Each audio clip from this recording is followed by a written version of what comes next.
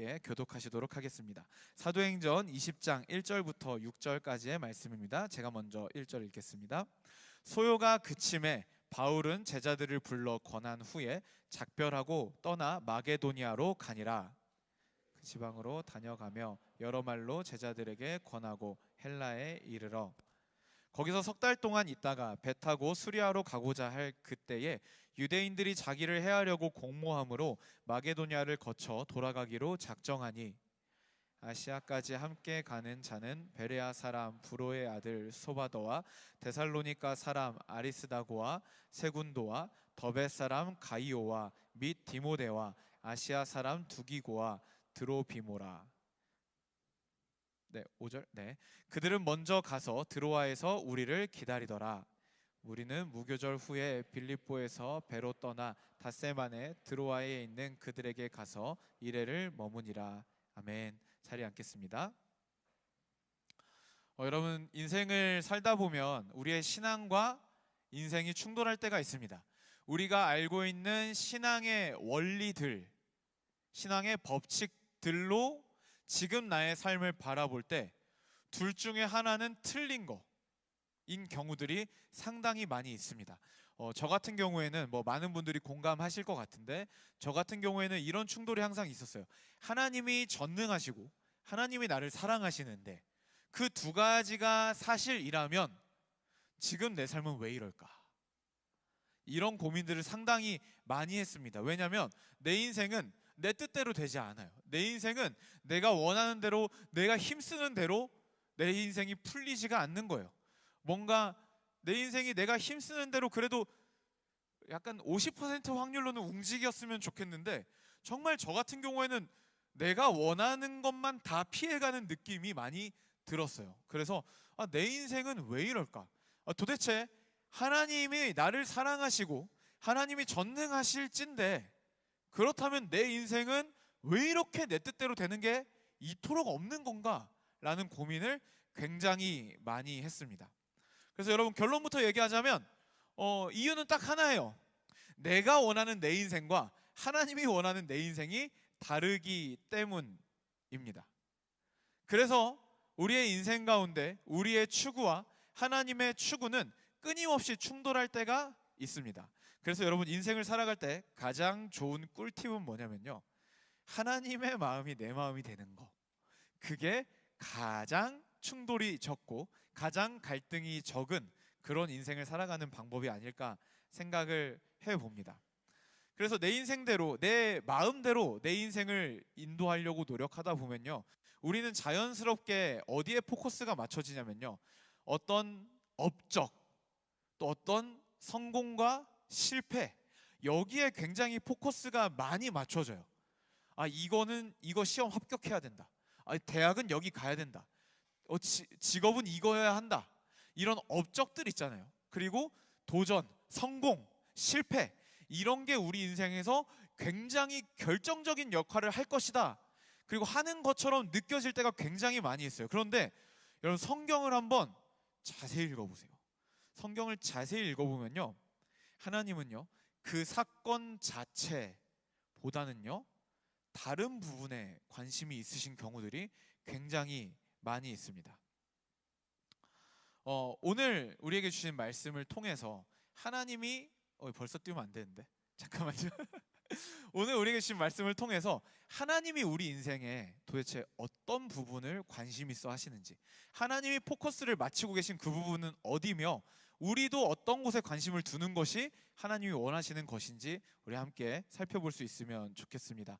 오늘 본문 말씀은 1절에 보시면 소요가 그침에로 시작합니다. 소요가 그침에. 이 소요는요, 이 소동은 바울이 이제 에베소 교회에서 사역을 하면서 일어난 소동을 의미하는데요, 바울이 3년 동안 에베소라는 도시에 있었어요. 그런데 거기서 두란노 서원에서 매일매일 말씀을 가르쳤단 말이죠. 그래서 거기서 바울은 소위 사역의 클라이막스, 하이라이트를 경험합니다. 바울이 쓰던 손수건만 갖다 놔도 막 병이 낫고 막 귀신이 쫓겨나가고 막 이런 일들이 있어요. 그래서 사도행전 19장에 보면요, 온 아시아가 복음을 들었다라고 이야기하고 있어요. 에베소가 마법사들이 굉장히 많은 도시라고 그때 말씀드렸었는데, 마법사들은요 자신의 생명과도 같은 그 마법서들을 다 태워버리기 시작해요. 그리고 예수 그리스도를 주로 영접하고 모든 우상들을 다 버리고 더 이상 이제 우상들을 구매하지를 않습니다. 그게 100명, 200명이면 괜찮았을 텐데 우상을 제조하는 사람들 입장, 그것이 굉장히 활발한 산업이었던 에베소의 산업 입장에서는요, 에베소라는 지역에 일어난 그 부흥으로 인해서 너무 많은 사람들이 우상을 버리고 더 이상 구매하지 않는다라는 것이 완전히 산업 구조가 몰락할 만큼, 우상 제조업이 완전히 몰락할 만큼 너무나 큰 타격이 있었던 겁니다. 그래서 이 우상을 만들고 제조해서 팔던 사람들이 소동을 일으켜요. 엄청난 소동을 일으킵니다. 그런데 그들의 소동은 결국엔 아무것도 얻지 못하고 끝납니다. 물론 복음 때문에 소동이 일어난 점에 대해서 이것도 실패인가? 이것도 좀 안 좋게 봐야 되나? 그런 마음이 우리가 들 수 있지만, 사실은 부흥 때문에 일어난 소동이기 때문에 어떻게 보면 이 또한 부흥의 결과다라고 볼 수도 있을 것 같습니다. 어쨌든 그 소동이 그치고요, 바울은 제자들을 불러서 믿음을 건면하고 마게도니아라는 지역으로 떠납니다. 그곳에서도 여러 말로 믿음을 건면하고 이번엔 헬라라는 지역으로 이동을 합니다. 거기서도 3달을 머물고 있다가 이제 수리아로 가려고 하는데, 유대인들이 또 바울을 해치려고 해서 다시 마게도니아 쪽으로 돌아갑니다. 사실 이 부분을 읽을 때 아무 생각 없이 그냥 하고 읽으면 바울이 그냥 늘 하는 방식대로 또 어딜 이동했다가 어딜 이동하는구나 라고 생각할 수 있는데, 사실 우리가 오늘 읽은 사도행전 20장은요 바울의 여정의 전환점이 기록된 지점이에요. 이게 바울의 여정에 엄청나게 큰 전환점이 기록된 지점입니다. 여러분, 바울의 전도 여행 몇 차까지 있다고 알고 계시죠? 3차까지 있죠. 그래서 바울은 1차 전도 여행, 2차 전도 여행, 3차 전도 여행을 합니다. 그리고 오늘 본문은요 그 3차 전도 여행을 마무리하면서 이제 예루살렘으로 복귀하는 이제 복귀의 여정이 담겨 있는 부분이에요. 이 지점은요 사도행전 전체로 봐도 굉장히 중요한 전환점이에요. 왜냐하면 바울은 이제 이대로 예루살렘에 복귀하잖아요. 그러면은 4차 전도여행을 가면 좋겠는데 4차 전도여행을 가지 못합니다. 바울은 예루살렘에서 잡혀요. 그리고 재판을 받고 거기서 로마로 압송되어서 로마에서도 재판을 받고 거기서 이제 복음을 전하는 이야기가 사도행전 마지막까지 이제 펼쳐집니다. 사도행전 마지막은 바울이 로마에서 복음을 전했다라는 것으로 끝나죠. 그러니까 오늘 본문은요 바울의 자유로운 전도 사역이 사실상 마무리되는 순간이에요. 그래서 바울은 예전처럼 가는 곳마다 이제 유대인들이 모여 있는 회당에 가가지고 막 복음을 전하고 막 이렇게 하는 것이 아니라, 이번에 본문에 자세히 보면요 바울은요 이미 믿는 자들을 찾아가요. 제자들을 만나고 권면하고 믿음을 북돋아주고, 그리고 이 이후에 예루살렘으로 돌아가는 여정을 봐도 바울은 새롭게 복음을 전하거나 하지 않고 에베소 교회 장로들을 초대해서 믿음을 북돋아주고 제자들을 만나고 그런 방식으로 사역을 이어갑니다. 그런데 그 바울의 복귀 여정에 어떤 사람들이 함께하기 시작해요. 그 함께하는 사람들의 명단이 4절에 나와요. 4절 한번 보실까요? 아시아까지 함께 가는 자는 베레아 사람 브로의 아들 소바더, 데살로니가 사람 아리스다고, 세군도, 더베 사람 가이오, 디모데, 아시아 사람 두기고, 드로비모, 이렇게 나옵니다. 이들은 아마 바울 일행과 빌립보라는 지역에서 만났을 겁니다. 바울은 빌립보에서 조금 더 머물고 이들은 항구 도시인 드로아에 먼저 가 있기로 했습니다. 이들은 바울의 이제 귀환의 여정을 함께하는 사람들이고 각 도시에 있는 교회들의 리더들일 것으로 추정을 합니다. 이들은 아시아를 거쳐서 예루살렘 교회까지 함께 돌아가는 여정을 하게 되는데요. 그 목적은 예루살렘 교회에 구제 헌금을 전달하는 거예요. 당시 예루살렘 교회는요, 이제 이스라엘 지역의 기근, 그리고 예수 그리스도를 믿는다는 이유로 공동체에서, 그리고 경제적인 공동체에서 퇴출당하는 등의 여러 어려움들을 겪고 있었어요. 그래서 각 이방인 지역의 교회들이 헌금을 모아서 예루살렘 교회에 전달하는 그런 일들을 하고 있었습니다. 그래서 이 각 도시의 교회 리더들의 동행은 유대인이건 이방인이건 예수 안에서 교회는 하나다라는 거의 실물 메시지라고 볼 수 있습니다. 저는 사실 이 본문을 가지고 설교할 계획이 전혀 없었어요. 이 본문은 그냥 이 이후에 일어날 일들을 그냥 설명하는 배경으로 쓰려고 묵상을 하고 있었어요. 그런데 이 부분을 묵상하다가 갑자기 너무 이상한 거예요. 왜냐하면 여러 사람들과 합류해서 헌금을 전달하기 위해서 복귀 여정을 함께 했다. 그냥 바울이 복귀할 때는 헌금을 전달하기 위한 여러 사람들이 함께 했다. 뭐 이 정도만 해도 문제가 없는데, 혹은 사람 이름까지는 쓸 수 있죠. 누구가 함께 했다. 이 정도까지 쓰는 것까지는 이해를 하겠는데, 그것도 아니고 너무나도 상세하게 그 사람의 출신 도시와 그 사람의 이름을 한 명 한 명 다 쓰고 있어요. 그런데 여러분, 또 이상한 게 뭐냐면 언급되고 있는 도시들이 다 너무 낯이 익어요. 그래서 이게 참, 이 도시들의 이름이 낯이 익다. 이 도시들의 어떤 일이 있었는데, 베레아에서 어떤 일이 있었는데, 데살로니가에서 어떤 일이 있었는데, 이게 사도행전을 쭉 읽어온 독자들에게 있어서는 지금 이 4절의 사람들의 이름의 나열은 단지 사람들의 이름의 나열이 아니라 도시와 사람들의 이름을 함께 나열함으로써 그 도시에 이런 일이 있었는데, 그 도시에 이런 일이 있었는데, 그 도시마다 일어났던 사건들을 떠올리게 하는 효과가 있었다라는 거죠. 그래서 독자들에게는 이미 이들의 도시들이 아는 도시가 되었다라는 거죠. 베레아, 데살로니가, 더베, 그리고 디모데의 출신지인 루스드라, 그리고 에베소가 속해 있는 아시아, 이 도시들은요 이미 바울이 전도 여행으로 지나온 도시들이었습니다.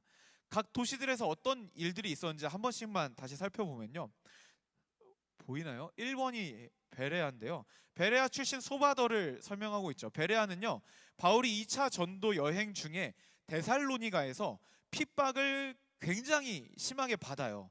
그래서 그 핍박을 피해서 밤에 급하게 도망친 도시가 베레아였습니다. 근데 그 베레아 사람들을 성경은 뭐라고 얘기하냐면 사도행전 17장 11절에 보면요, 이 사람들은 데살로니가에 있는 사람들보다 더 신사적이어서 간절한 마음으로 말씀을 받고 이것이 그러한가 하여 날마다 성경을 상고하였다라고 말하고 있습니다. 바울은 베레아에서도 오래 머물진 못했어요. 그러니까 데살로니가에서 쫓겨나가지고 베레아에 가서 딱 갔는데 이 사람들은 너무 말씀을 사모하는 거예요. 말씀을 막 깊게 막 알고 싶어해요. 그럼 여러분, 바울의 입장에서 엄청 힐링이 되는 도시였겠죠. 그런데 바울은 베레아에서도 오래 있지를 못했어요. 왜냐하면 데살로니가에서 바울을 추격해서 온 유대인들이 거기서도 소동을 일으켰기 때문이에요. 그래서 바울은 거기서 얼마 머물지 못하고 그 다음 도시로 떠나가야 했습니다. 그 어떤 도시보다 말씀을 말씀답게 받는 도시였는데 정말 아쉬움이 컸을 것 같습니다. 그런데 하나님은요 그 베레아에서도 말씀을 받고 그 말씀으로 일어선 사람, 소바더라는 사람을 세우셨다라는 것을 이 짧은 구절에 담고 있죠. 데살로니가는 어떤 도시였죠? 방금 언급했는데요, 데살로니가는 저희 2번, 3번에 위에 나와 있죠. 데살로니가는요 바울이 복음을 전했을 때 반응이 잘 올라왔어요. 믿는 사람들이 늘어나고 있었습니다. 그런데 동시에 핍박도 굉장히 거세게 일어났던 도시예요. 유대인들이 불량배를 고용해가지고요 도시를 소란스럽게 만들고 바울과 신라를 잡아가지고 막 어떻게 하려고 도시를 들쑤시고 다녔던 그곳이 데살로니가예요. 그래서 결국에는 바울 일행은요 밤에 몰래 베레아로 도망을 쳐야만 했습니다. 사실 이건 실패죠. 유대인들이 도시를 디펜스하는데 성공한 거죠.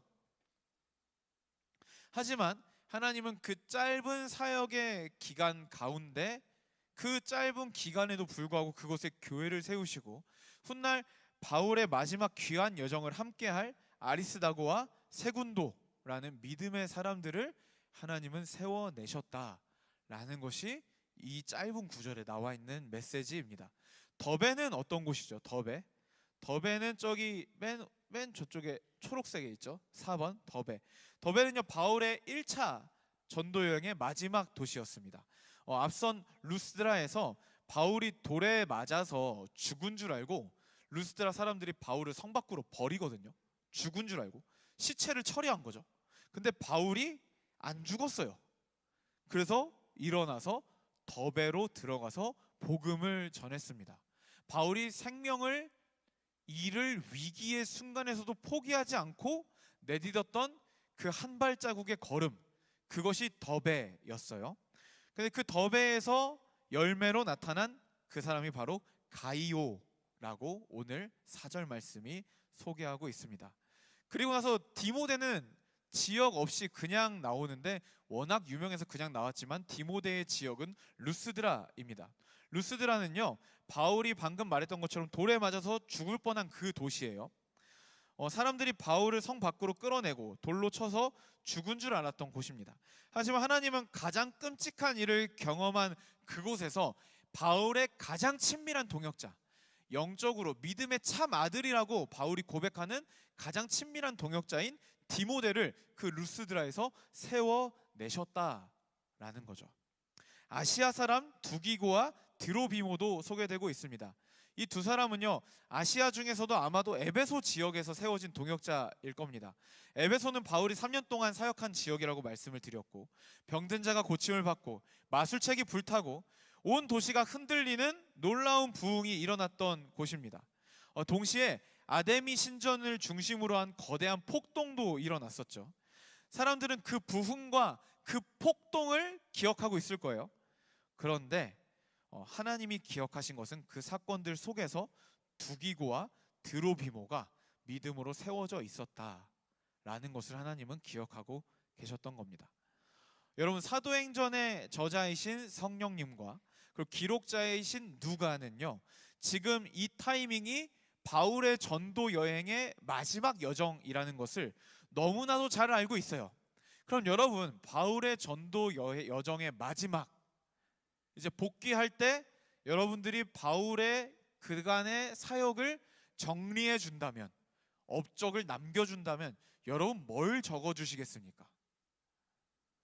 저 같으면 숫자 혹은 업적, 아니면 영웅적인 행동들, 바울은 뭐 돌에 맞아서 죽었었지만 다시 일어나서 뭐 이렇게 더베에 가서 복음을 전했다, 뭐 돌에 맞기를 몇 번, 옥에 갇히기를 몇 번, 그러나 바울은 멈추지 않았다, 뭐 저는 그런 내용들을 적어줄 것 같아요. 성공의 이야기들, 바울로 인해서 회심한 사람이 몇 명이더라, 숫자를 적어줄 것 같습니다. 그런데 성령님께서 지금 누가를 통해서 바울의 전도 여정의 마지막 부분에 기록하게 하신 것은 뭐예요? 숫자인가요? 성공의 이야기인가요? 아니요, 제자들입니다. 제자들. 예수를 따르는 바울의 삶을 보고 그가 전해준 복음과 말씀을 듣고 나도 예수의 제자로 살겠다라고 결단하며 일어난 그 제자들의 이름을 보여주고 있어요. 많은 사람들은 바울의 사역을 보면서 성과를 기억할 것입니다. 이벤트들을 주로 기억하겠죠. 근데 오늘 본문 말씀을 통해서 하나님께서 우리에게 보여주시는 하나님의 시선은 뭘 보고 있다고요? 그 이벤트의 성공과 실패가 아니라 하나님이 보고 계신 건 뭐라고요? 그 이벤트들 속에서 한 사람이 믿음으로 세워지는 걸 보고 계신다고요. 하나님의 관심은 그 이벤트의 성공과 실패가 아니라, 사역의 성공과 실패, 우리가 도전하고 우리가 한 일에 대한 성공과 실패가 아니라 그 여정들 속에서 믿음으로 세워진 사람들이 하나님의 관심이다라는 것을 이야기하고 있습니다. 생각해 보면 여기에 기록되지 않은 도시들에서도 사도행전은 그런 식으로 기록을 하고 있어요.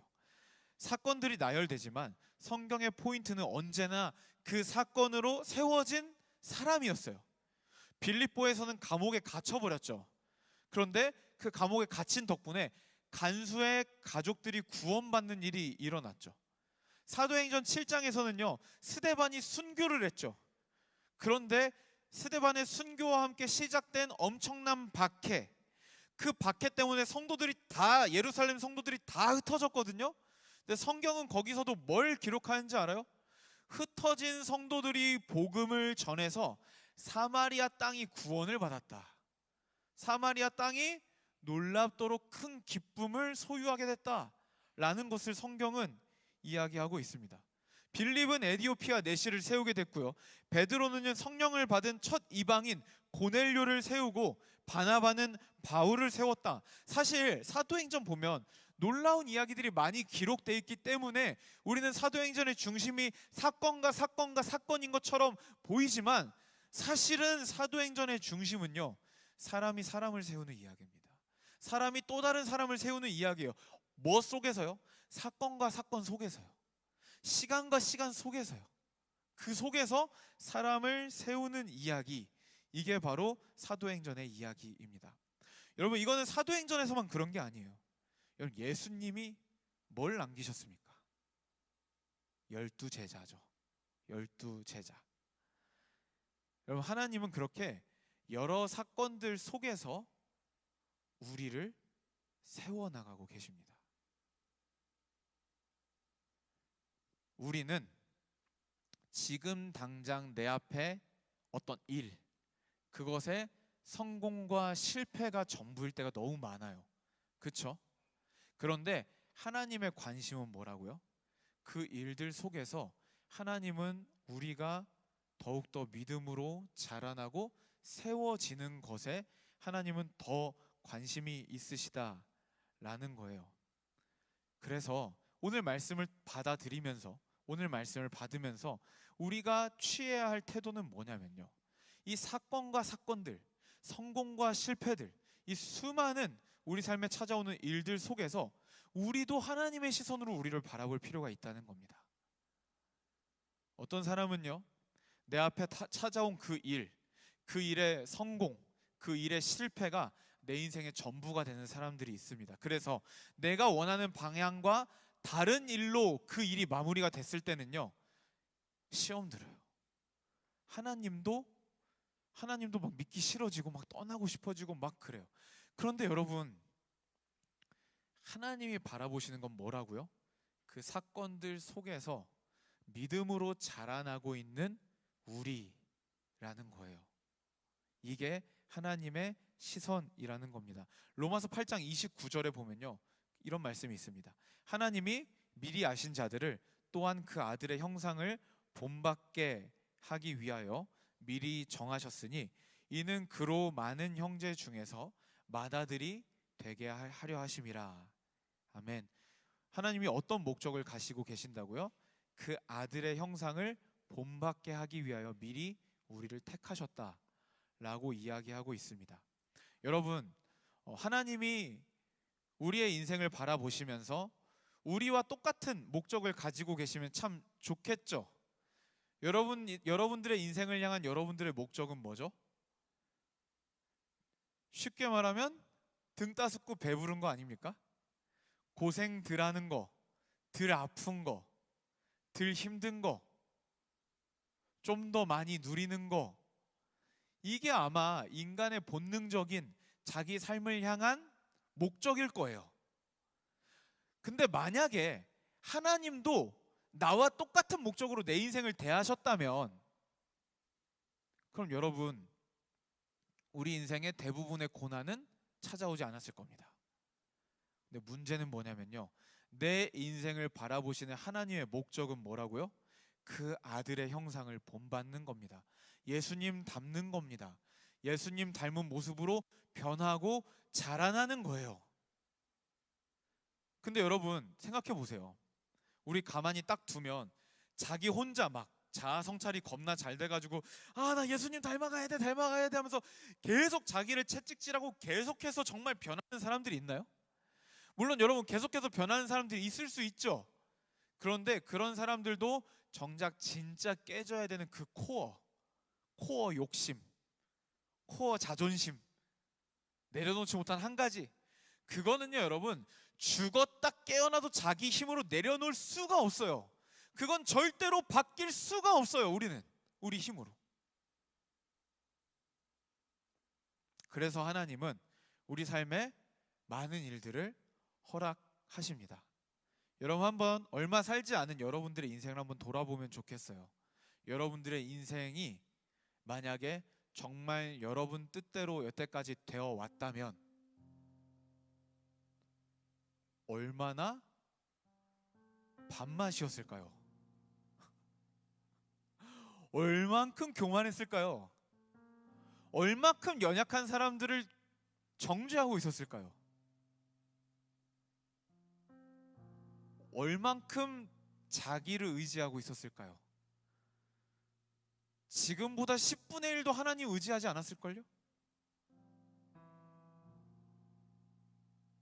근데 여러분, 문제는 뭐냐면요, 우리 이 땅에서의 삶은 진짜 짧다는 거예요. 그리고 우리의 존재가 대부분 존재할 그곳은요, 하나님 나라입니다. 제가 이런 비유를 많이 해요. 여러분 그 빠피코 드셔보셨죠?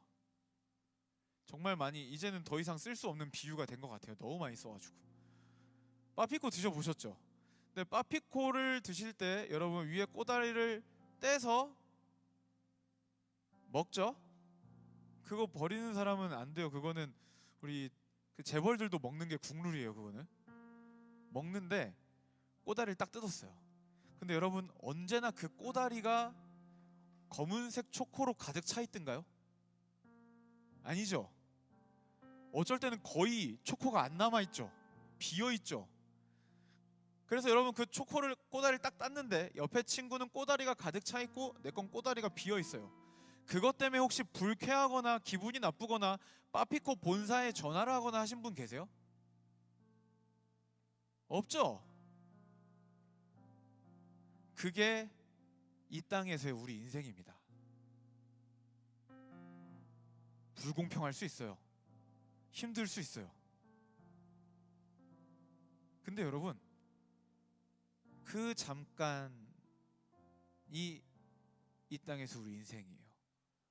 우리에게는 가득 찬 빠피코가 남아있어요. 그 영원한 하나님 나라죠. 이 땅에서는 돈이 최고죠. 형통이 최고죠. 업적을 이루는 게 최고죠. 유명해지는 게 최고죠. 힘이 최고죠. 그래서 우리는 그런 것들을 하나님한테 달라고 한다고요. 하나님이 그런 것들을 주실 때가 있지만 주시 않으실 때도 있어요. 왜요? 잠깐 이 땅에서만 통하는 것들 말고, 잠깐 이 땅에서만 반짝반짝하는 거 말고, 하나님이 진짜 우리 인생에 만들어주길 원하시는 거, 하나님이 진짜 우리 인생에 새겨주고 싶은 거, 영원히 빛나는 그것, 영원히 통용되는 가치가 있는 그것, 믿음, 예수 그리스도를 닮음, 이런 것들, 하나님이 우리의 이 짧은 인생 속에서 우리에게 만들어주고 싶으시고 우리에게 넣어주고 싶으신 것은요, 이 땅에서만 통하는 반짝반짝거리는, 잠깐 반짝거리는 그런 것들이 아니에요. 영원한 하나님의 나라에서 우리의 영원한 상급이 되고 우리의 영원한 재산이 되고 우리의 영원한 자랑이 되는 예수 닮기, 믿음, 하나님 의지하기, 하나님이 이 땅을 살아가는 우리에게 주시고 싶은 것들이 그런 것들이에요. 그래서 우리의 삶이 우리의 뜻대로 안 되는 겁니다. 왜요? 우리의 삶은 이 땅에서만 반짝거리는 걸 선택하거든요. 근데 여러분, 자식들이 맨날 게임만 해요. 가만두는 부모님 보셨습니까? 잠깐 반짝거릴 수 있는 그 게임, 그거 계속 하는데 가만두는 부모가 어디 있습니까? 야, 지금 게임하는 거 너 잠깐 반짝거릴 수 있다 하지만 너도 이제 나이가 들고 너도 이제 어엿한 성인이 되어서 밥벌이를 해야 되지 않겠니? 너도 너의 삶을 아름답게 이끌어가야 되지 않겠니? 그래서 부모님들이 자꾸 컴퓨터 없애버리고 공부시키는 거 아니에요. 그걸 포기하지 않는 거 아니에요. 부모님들이. 하나님도 똑같아요. 우리가 이 땅에서 계속 이 땅에서만 반짝거리는 것들,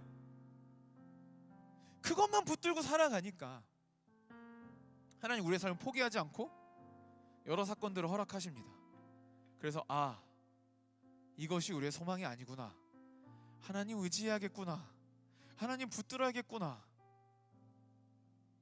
내가 어찌할 수 없는 상황 속에서 예수님 붙잡고 꾹 인내하면서 닮아가는 그 예수님 닮은 모습, 그런 것들을 통해서 하나님은 우리를 그 아들의 형상을 본받게 하신다라는 겁니다.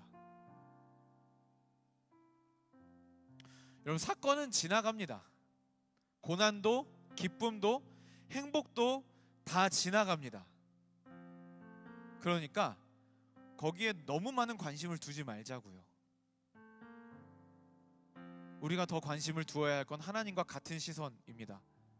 그 모든 시간들, 그 모든 사건들 속에서 단련되고 하나님을 경험하고 믿음으로 일어선 우리, 하나님은 그런 우리를 기대하고 주목하고 계신다라는 거예요.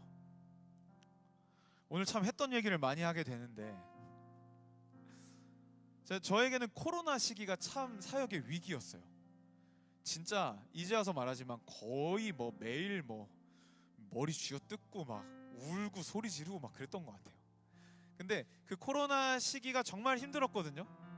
그래서 어떠한 해는요, 준비했던 사역이 30몇 개가 취소가 됐어요.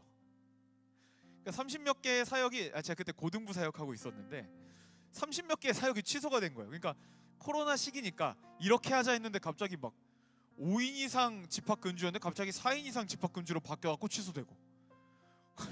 기억나죠 여러분? 이래갖고 취소되고 저래갖고 취소되고, 막 거리두기 막 2m 해갖고 막 만들어놨는데 갑자기 그것도 취소되고, 막 확진자 수가 갑자기 늘어나면은 규정이 또 바뀌고 또 취소되고.